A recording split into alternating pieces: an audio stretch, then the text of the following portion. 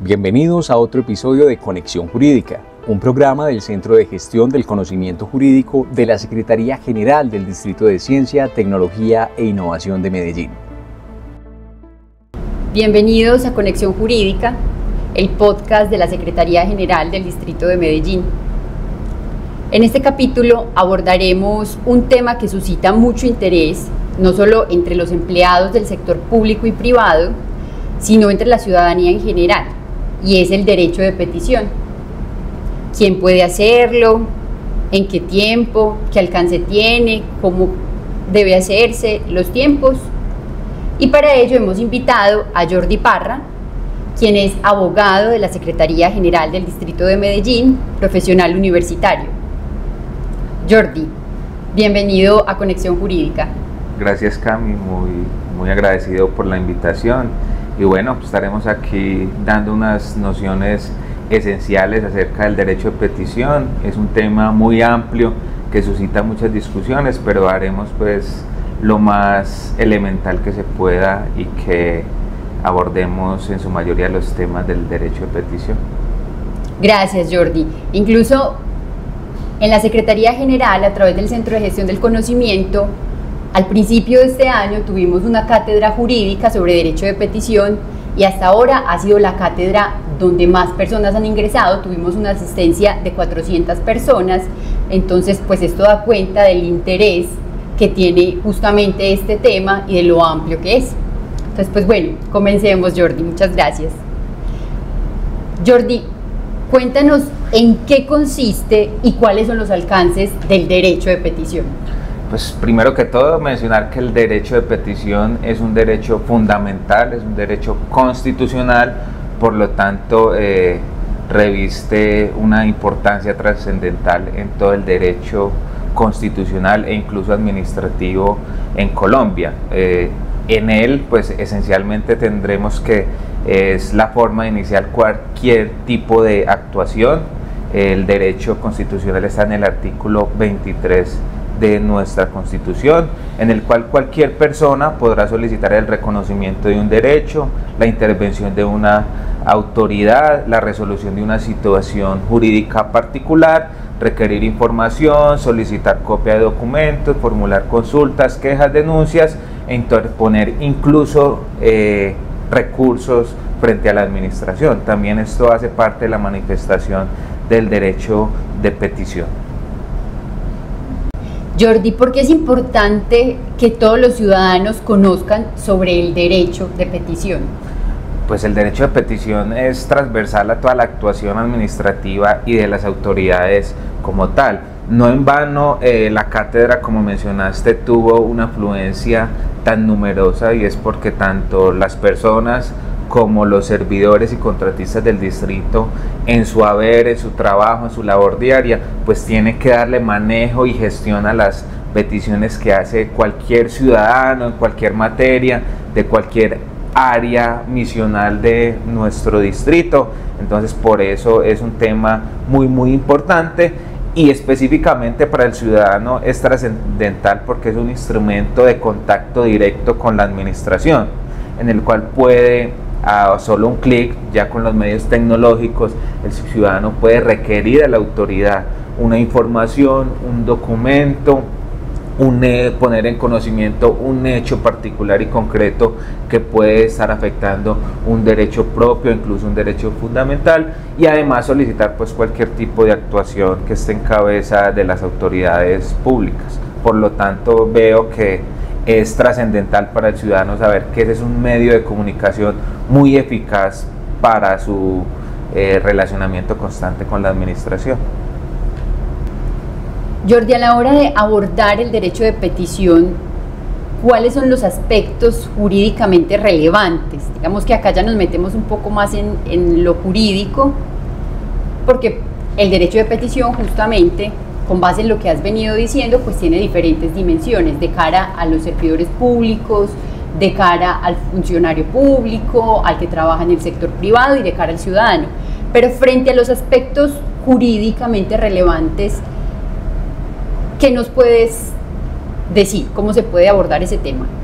Pues decir que está integrado como fundamento constitucional en el artículo 23 constitucional, como ya lo hemos venido haciendo, y además que su regulación se soporta en la ley 1755 del 2015, que integró el Código de Procedimiento Administrativo de lo Contencioso Administrativo, que viene a ser la ley 1437 del 2011, quien regula específicamente este derecho fundamental.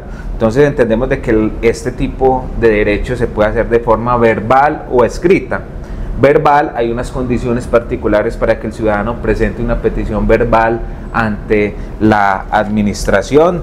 Tendremos que esa regulación la podremos encontrar en el decreto 1166 del 2016, el cual adicionó al decreto 1069 del 2015 en cuanto a la forma de la presentación, el tratamiento y radicación de las peticiones que se presenten de forma verbal. Y de forma escrita, pues tenemos pues todos los medios dispuestos, tanto de forma física, que el ciudadano se acerque a las taquillas o canales oficiales dispuestos por la administración para que radique su petición, o a través de los medios tecnológicos, que también el artículo 15 de la ley 1437 autoriza a que se pueda hacer de diferentes medios tecnológicos, y que desde cualquier sitio del mundo un ciudadano pueda radicar la petición frente a una autoridad. En este caso podría ser el Distrito Especial de Medellín. Tenemos también de que la ley reguló cuál es el contenido que debe tener toda petición, aunque si bien estos requisitos no son muchos de ellos obligatorios para la gestión de la PQRS, dado que la Corte Constitucional nos ha dicho específicamente de que lo material prima sobre lo formal, es decir, si hay forma y no ponerle obstáculos al ciudadano frente al trámite de una petición, entenderemos entonces de que el ciudadano tiene que enunciar la designación de la autoridad a la cual se dirige la petición, básicamente, es decir, a la alcaldía de Medellín, al alcalde. Es indiferente pues que el ciudadano anuncie si es el alcalde de Medellín, al secretario de tal despacho o área administrativa del distrito. Muy importante, sí, tener en cuenta cuál es el objeto de la petición, esbozar cuál es su finalidad con esa petición a través del objeto de la petición, y evidentemente debe tener una fundamentación de cuáles son esas razones que motivan la petición en eventos, por ejemplo, de reclamar algún derecho, reclamar una situación general que le afecte a la comunidad, pueda esgrimir esas razones, y reitero pues que mucho de esto pues no es necesario. No podemos como administración negar una petición arguyendo de que fue una indebida motivación o fundamentación de la petición. Entonces entenderemos de que además de eso, pues relacionar los documentos, el ciudadano tendrá esa opción de relacionar los documentos que fundamenten esa petición, y finalmente firmar esa solicitud. Esto de la firma pues es muy polémico cuando se requiera algo que solamente puede otorgársele a una persona, si es un elemento esencial de la petición para, bueno, darle el peso y reconocimiento de que es X persona la que está interponiendo una solicitud ante la autoridad. Pero en otros casos donde la información, por ejemplo, que se solicite sea pública, pues este requisito pues no tendrá la trascendencia de ser un requisito sin el cual se pueda gestionar una petición. Entonces, a grandes rasgos, pues estos son como las características esenciales que debe tener una petición. Es un derecho fundamental, es un medio de comunicación con la administración, y bueno, hay diferentes discusiones que se pueden dar en torno a esto, que abordaremos pues a lo largo de esta conversación. Jordi, de cara al ciudadano, cuando el ciudadano envía un derecho de petición a una entidad pública, ¿qué tiempo tiene para la entidad pública para responderle? ¿Cuánto tiempo debe esperar el ciudadano? Y en caso de que el derecho de petición no le sea respondido, ¿qué puede hacer el ciudadano? Pues los términos de respuesta están reglados, como lo venimos diciendo, en la ley 1437, específicamente en la ley estatutaria 1755 del 2015, Y tenemos que, depende de la modalidad de la petición, estaremos frente a un plazo determinado para la administración en esa respuesta.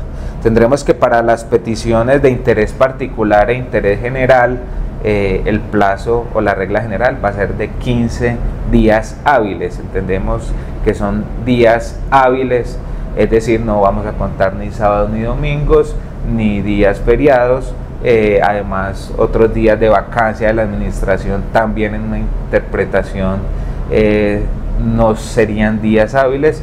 Sin embargo, tendremos que la regla general van a ser 15 días hábiles para estas peticiones de interés particular e interés general. Interés general, por ejemplo, cuando un ciudadano pide que se tape un hueco que hay en la vía pública donde transitan cientos de personas, pues esa petición tiene la característica de ser en interés general. El beneficiado de esa acción eventualmente va a ser la comunidad en general. Ya en interés particular vendría siendo propiamente un caso propio de esa persona, en un reconocimiento de un derecho particular. La administración tendría esos 15 días hábiles para contestar. Frente a las peticiones en las que se le dé consulta a la administración, es decir, donde se le pregunte un tema propio de su misionalidad, propio de sus funciones, estamos ante una petición en la cual se busca es conocer la opinión frente a determinado asunto de la administración. Esta consulta tiene un alcance que podemos consultar en el artículo 28 de la ley 1437, y es que no es obligatorio ni de ejecución para la administración. Son conceptos que no vinculan a la misma administración y por supuesto no va a vincular a terceros, toda vez de que lo que se va es a solicitar es la opinión, es una opinión de la administración frente a un tema. Para resolver este asunto, la administración tendrá 30 días hábiles para darle respuesta de fondo al ciudadano que ejerce la solicitud. Y también tenemos las peticiones en la cual el ciudadano solicita información o copia de documentos. En este evento pues tendremos 10 días hábiles en el cual la administración debe entregar la documentación o dar respuesta si no es viable entregar esa documentación, dado que sea una información reservada o clasificada que no sea pues de dominio público. Tendrá esos 10 días hábiles para darle respuesta de fondo al peticionario, que puede ser cualquier persona.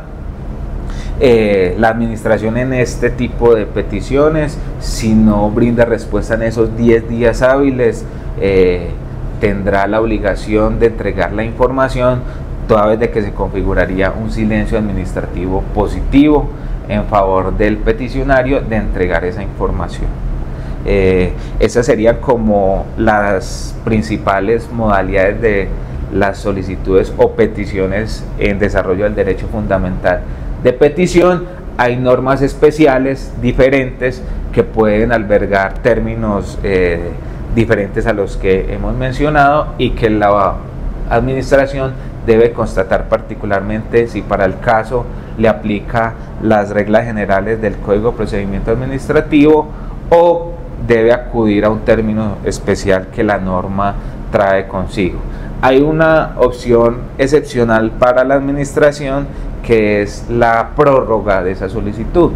Debe, antes del vencimiento inicial de la petición, si es de 15, 30 o 10, antes de vencido ese término, debe comunicarle al peticionario que por X o Y circunstancias debe motivar cuáles fueron las razones para no poder contestar en término, y determinarle al peticionario cuál es ese plazo razonable en el cual le va a contestar, que no puede ser del doble del inicialmente definido. Es decir, si tenemos una petición de 15 días hábiles, el máximo con prórroga va a ser 30 días hábiles. No puede darse una interpretación como se ha venido esbozando en algunos espacios académicos, que es el doble. O sea, si es una petición de 15, tendremos adicionalmente otros 30 para un total de 45, pero no.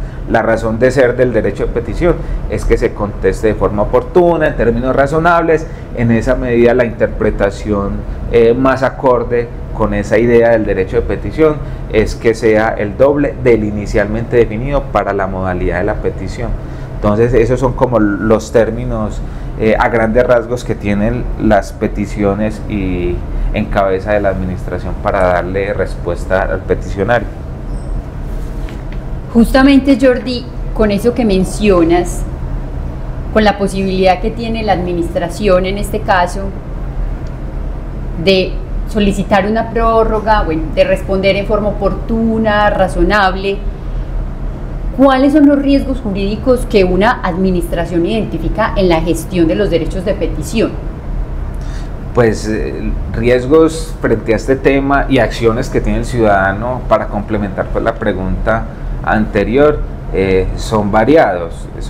El ciudadano, ante la inoportunidad en la contestación a esa petición, pues tendrá la posibilidad de amparar ese derecho fundamental a través de la acción de tutela, es decir, ir ante un juez para que ordene que la administración responda de fondo a la solicitud. Y este es un llamado a la administración en general, porque tenemos que en el 2023 se presentaron en total 742.882 acciones de tutela en todo el país, y de este universo de tutelas el 48% fueron tutelas donde demandaban la violación del derecho de petición, es decir, casi la mitad de todas las tutelas del país se presentan exigiéndole a la autoridad judicial que las entidades administrativas no les han dado respuesta a sus peticiones que han elevado, bien sea porque fueron inoportunas, es decir, por fuera de los términos definidos por ley, o porque no fueron congruentes, porque también hay algo que hay que llamar la atención, es que la administración debe responder de forma congruente, clara y precisa a las solicitudes que fueron elevadas, es decir, dar una respuesta de fondo frente a esa solicitud del ciudadano. Entonces, con este riesgo de ser accionados a través de este amparo constitucional, pues debemos mejorar los mecanismos de gestión de las peticiones a través del derecho fundamental de petición. Hay otros retos jurídicos que vienen consigo, y es el asunto de las peticiones que ahora se pueden presentar a través de redes sociales. Y la Corte Constitucional, a través de la sentencia T230 del año 2020, abrió esa posibilidad de que un comentario en Facebook, en Instagram, en las redes sociales de la entidad, que tenga las características de un derecho de petición, deba ser gestionado y obviamente respondido al ciudadano. Esto es un riesgo porque necesitaríamos que los community managers de estas redes sociales estén pues al tanto y al pendiente de que si se presenta una solicitud, pues deba ser debidamente gestionada y resuelta finalmente en un oficio o en un mismo comentario por la red social al ciudadano peticionario en ese momento. También hay que mencionar, y no se nos puede escapar, que el Código General Disciplinario concibe como falta disciplinaria la inoportunidad del servidor encargado de dar respuesta a las peticiones. Es una falta disciplinaria, por lo tanto el ciudadano tendría la posibilidad, ante una respuesta indebida e inoportuna, presentar una queja disciplinaria frente al servidor que demoró, omitió o retardó la gestión de una petición. Con el fin de ir pues finalizando, ¿cuál crees tú que es la importancia del derecho de petición en el derecho administrativo colombiano? Es sumamente vital el derecho de petición. Como hemos venido diciendo, es la forma de iniciar una actuación administrativa, lo que anteriormente se conocía como vía gubernativa, pues el derecho de petición es la génesis de la anteriormente vía gubernativa, hoy vía administrativa, o mejor, actuación administrativa. En esa medida, pues es un instrumento clave en todo el derecho administrativo, y yo podría hacer esta comparación. lo que es la acción de tutela, el amparo constitucional, la forma de resolución efectiva de la violación a los derechos fundamentales dentro de la rama del derecho constitucional, es la petición al derecho administrativo.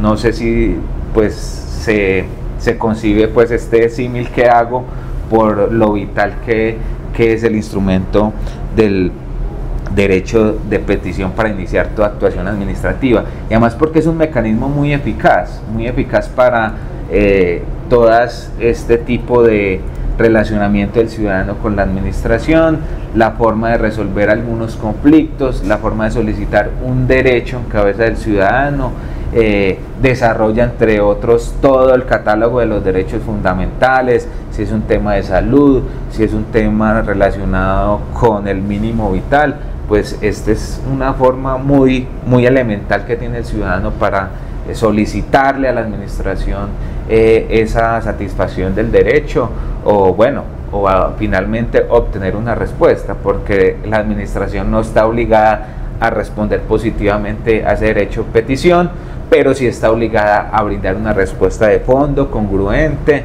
y acorde pues a las solicitudes que les fueron elevadas. En esa medida el derecho de petición en un contexto del derecho administrativo es sumamente importante. Bien, Jordi, con el fin de ir terminando, me gustaría hacerte una pregunta que es muy básica, pero que considero que es importante de cara al ciudadano, para que quede claridad en ese sentido. Nos decías que un ciudadano puede presentar una petición escrita o verbal.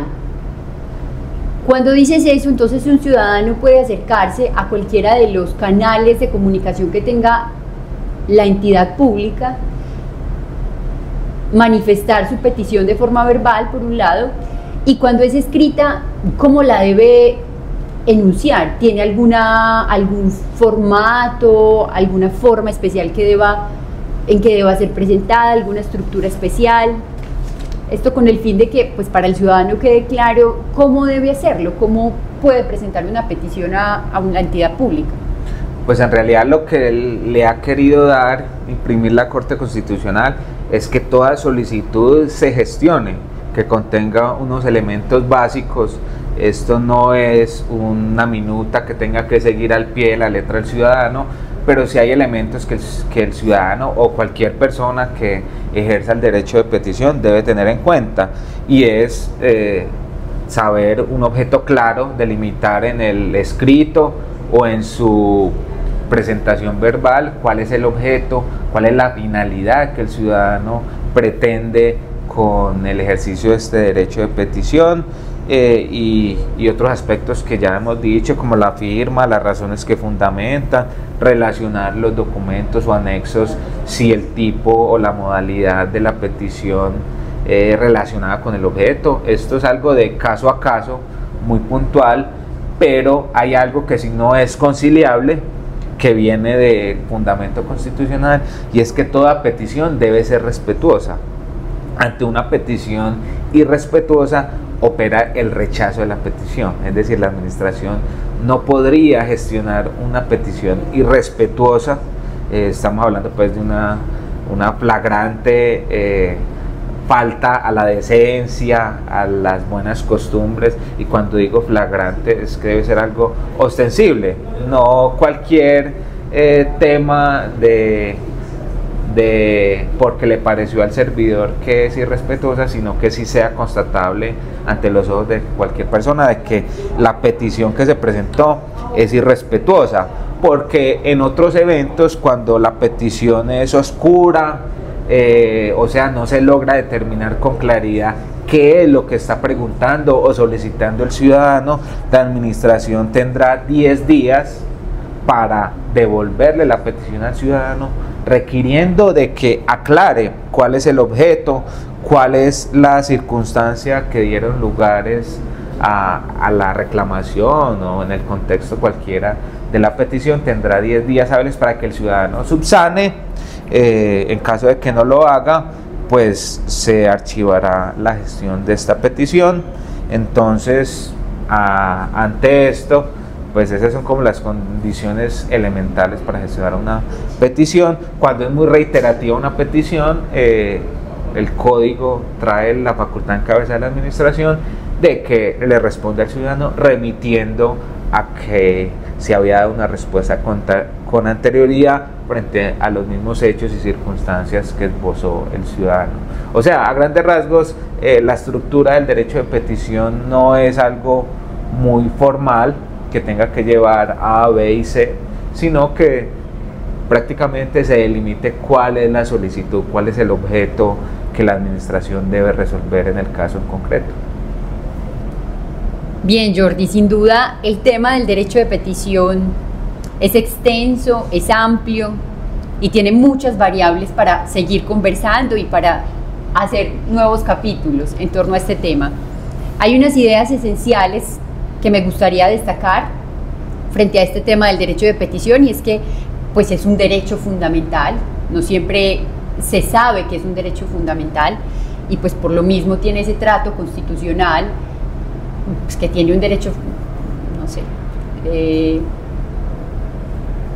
tiene ese trato fundamental que amerita un derecho fundamental y esa protección constitucional, que es el medio de comunicación del ciudadano hacia la administración, que es un tema también muy importante. Y de cara igualmente a la administración es importante mencionar la necesidad de adoptar mecanismos de gestión de peticiones oportunos, ágiles, razonables, que justamente atiendan a las peticiones de los ciudadanos de forma ágil, con el fin de evitar pues un escenario de una acción de tutela, por ejemplo. Los retos en cuanto a los nuevos medios de comunicación, lo que mencionabas de las redes sociales, eso es un tema que sin duda desafía a la administración, el hecho de que ya un ciudadano pueda escribir a través de estos medios y que, digamos, tenga un trato similar a que se escribiera a través del portal de la administración. Allí sin duda hay tema por hablar, hay discusiones y debates por dar.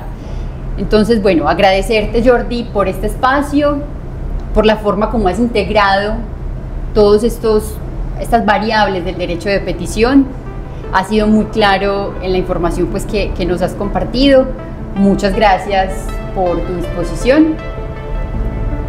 Y bueno, hasta una próxima para seguir hablando del derecho de petición. Dale, Cami, mil gracias por la invitación. Lástima que el tiempo no nos da para entrar en detalle en muchas discusiones que hay en torno a esto, pero bueno, tendremos otros espacios en la Secretaría General para brindar la discusión. Muchas gracias. Conexión Jurídica, un programa del Centro de Gestión del Conocimiento Jurídico de la Secretaría General del Distrito de Ciencia, Tecnología e Innovación de Medellín. Gracias por escucharnos. Los esperamos en nuestro próximo episodio.